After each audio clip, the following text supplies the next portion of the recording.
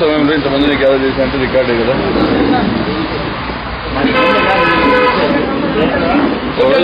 లేదా సార్ 2-3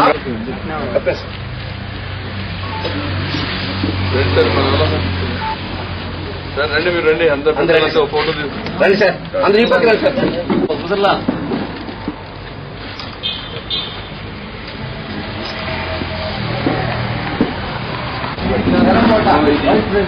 ఎల్లమ్మ గారిని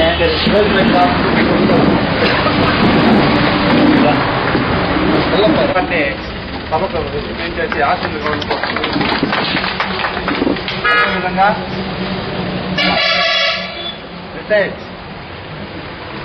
కలిగిన వ్యక్తి మన నాగేంద్ర గారు.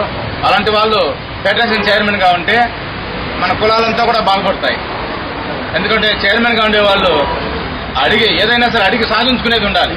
కొంతమంది చైర్మన్ గా ఉంటారు, నోరే ఉండదు, మాట్లాడలేరు, ఆ సీట్కే పరిమితం ఉంటారు.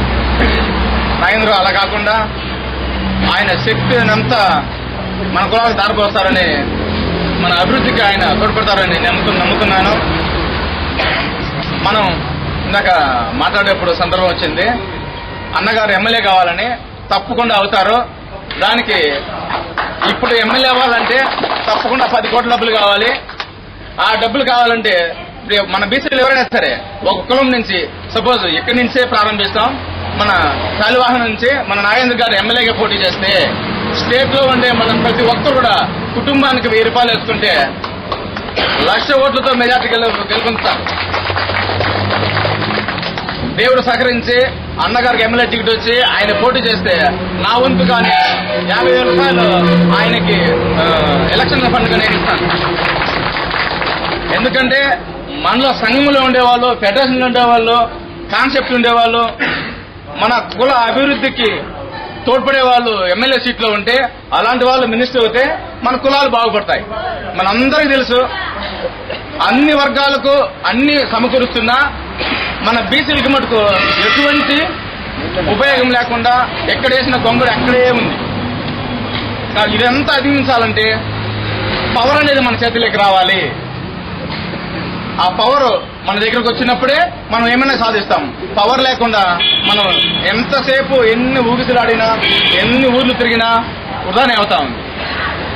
మనందరూ ఆలోచించాల్సింది, మన బీసీ ఎవరు ఎక్కడన్నా ఉన్ని, ఏ జిల్లాలన్నా ఉన్ని, మనోడు పోటీ చేస్తే అది మనమే ఎమ్మెల్యేగా పోటీ చేశామనే దృక్పథంతో మన పనులన్నీ వదులుకొని కూడా మన శక్తిని మించి కూడా డబ్బుల రూపంలో కానీ సరే, శక్తి రూపంలోనే సరే, మనం ఫిజికల్ గా అక్కడికి వెళ్లి మనం ప్రచారంలో పాల్గొని మనలా అయినంత వరకు సహాయం చేసి మనోడిని గెలిపించుకుంటే పోయి పక్కలో కూర్చొని ఎమ్మెల్యే దగ్గర పక్కలో నాగేంద్ర భుజం చేసుకోవచ్చు. అదే వేరే దగ్గర వేయగలుగుతామా? కాబట్టి దయచేసి ప్రతి ఒక్కరు ఆలోచించండి. డబ్బులు కొలవలేదు, మన వాళ్ళంతా వ్యాపారాలు చేస్తున్నారు. 1000-2000 సమస్య లేదు. ప్రతి కుటుంబానికి 1000 రూపాయలు వేసుకుంటే 1000 రూపాయలు ఈజీ ఖర్చు పెడేస్తాం. మన బిడ్డకి 1000 రూపాయలు ఈజీ ఖర్చు పెడేస్తాం, దేనికైనా సరే. లేకుంటే మన ఫ్రెండ్స్ తో పోతే 5,000-10,000 ఖర్చు పెడేస్తాం. పెద్దలు గౌరవనీయులు రామచంద్రయ్య గారు, వేదిక పైనటువంటి పెద్దలు, ఇక్కడికి ఇచ్చేసినటువంటి సోదరులకి, సోదరిమణులకు, పత్రికా విలేకరులకు అందరికీ పేరు పేరున నమస్కారం తెలియజేస్తున్నాం.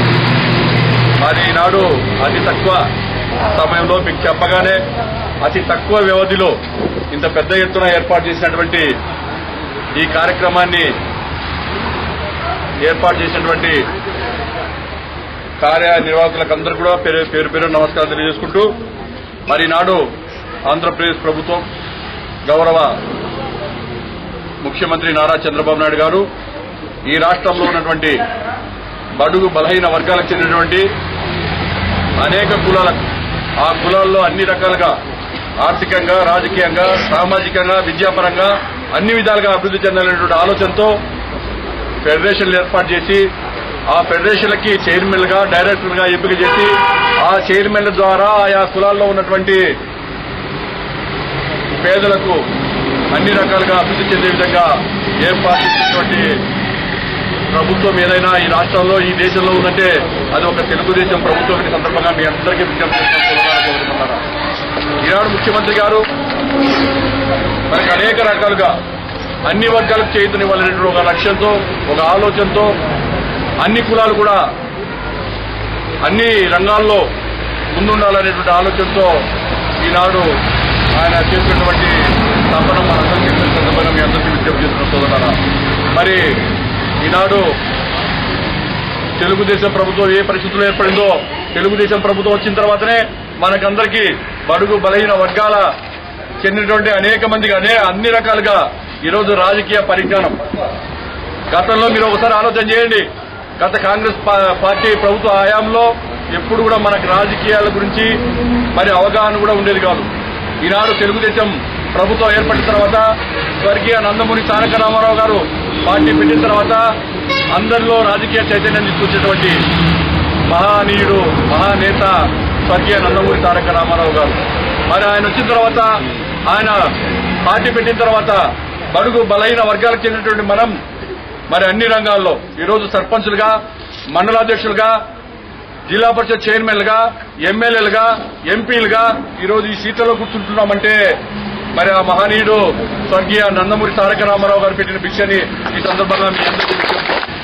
ఆ పార్టీలో మరి ఆత్మవిశ్వాసాన్ని మరి అన్ని మన బడుగు బలహీన వర్గాలకు చెందినటువంటి అన్ని కులాలకు కూడా ఆత్మవిశ్వాసాన్ని నింపినటువంటి ఏకైక వ్యక్తి మరి చంద్రబాబు నాయుడు గారు. చంద్రబాబు నాయుడు గారు ఈరోజు ఈ రాష్ట్రాన్ని అన్ని విధాలుగా స్వర్ణాంధ్రప్రదేశ్ గా తీర్చిదిద్దాలనేటువంటి ఆలోచనతో, ఒక తపనతో మనందరి కోసం, మన భావితరాల భవిష్యత్తు కోసం ఈరోజు అన్ని రకాలుగా కష్టపడుతున్న సంగతి మీ అందరికీ బాగా తెలుసు.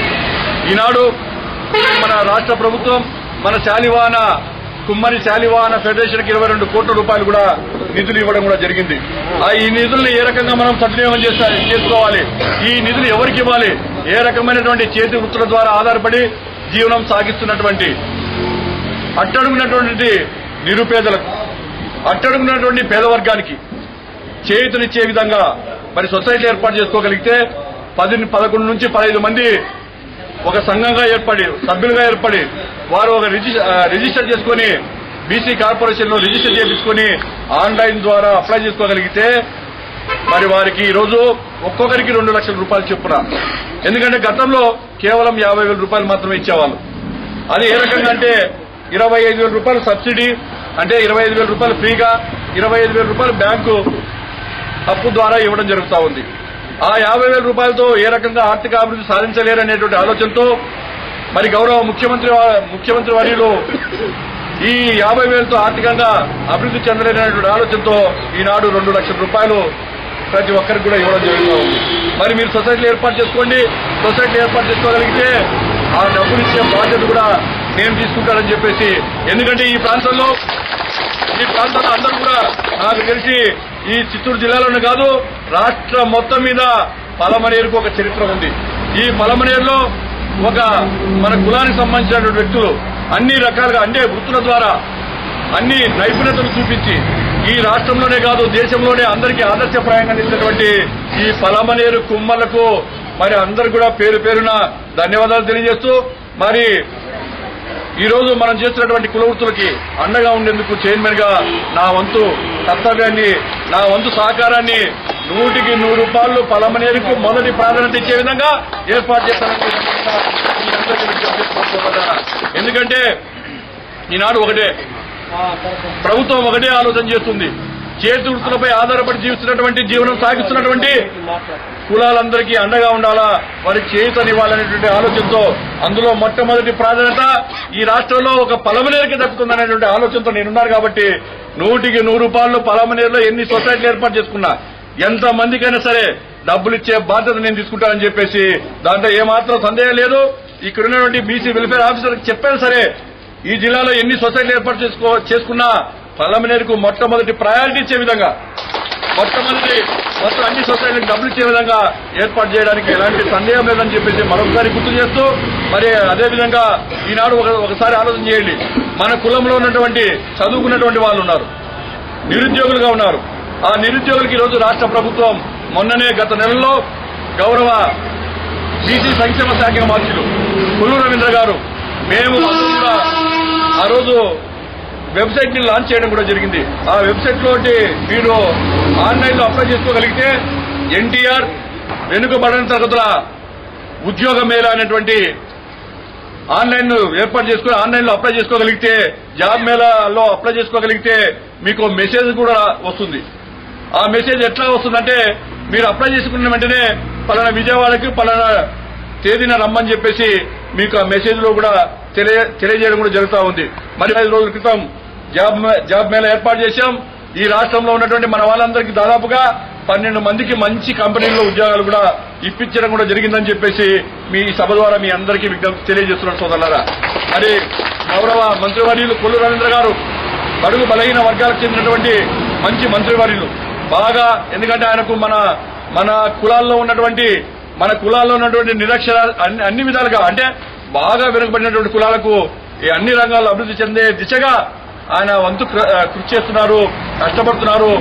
ఈ కులాల్లో ఉన్నటువంటి బడుగు బలహీన మన కులాల్లో ఉన్నటువంటి నిరుద్యోగులు కూడా ఉద్యోగ అవకాశాలు కల్పించి ఆయా కుటుంబాలని లబ్ధి చేకూర్చే విధంగా, ఆయా కుటుంబాలని అభివృద్ధి చెందే విధంగా ఈరోజు మంత్రివర్యులు అయితేనేమి, గౌరవ ముఖ్యమంత్రి అయితేనేమి అహర్నిశలు కష్టపడి పనిచేస్తున్నారు. కాబట్టి మనం అవన్నీ సద్వినియోగం చేసుకోవాలా.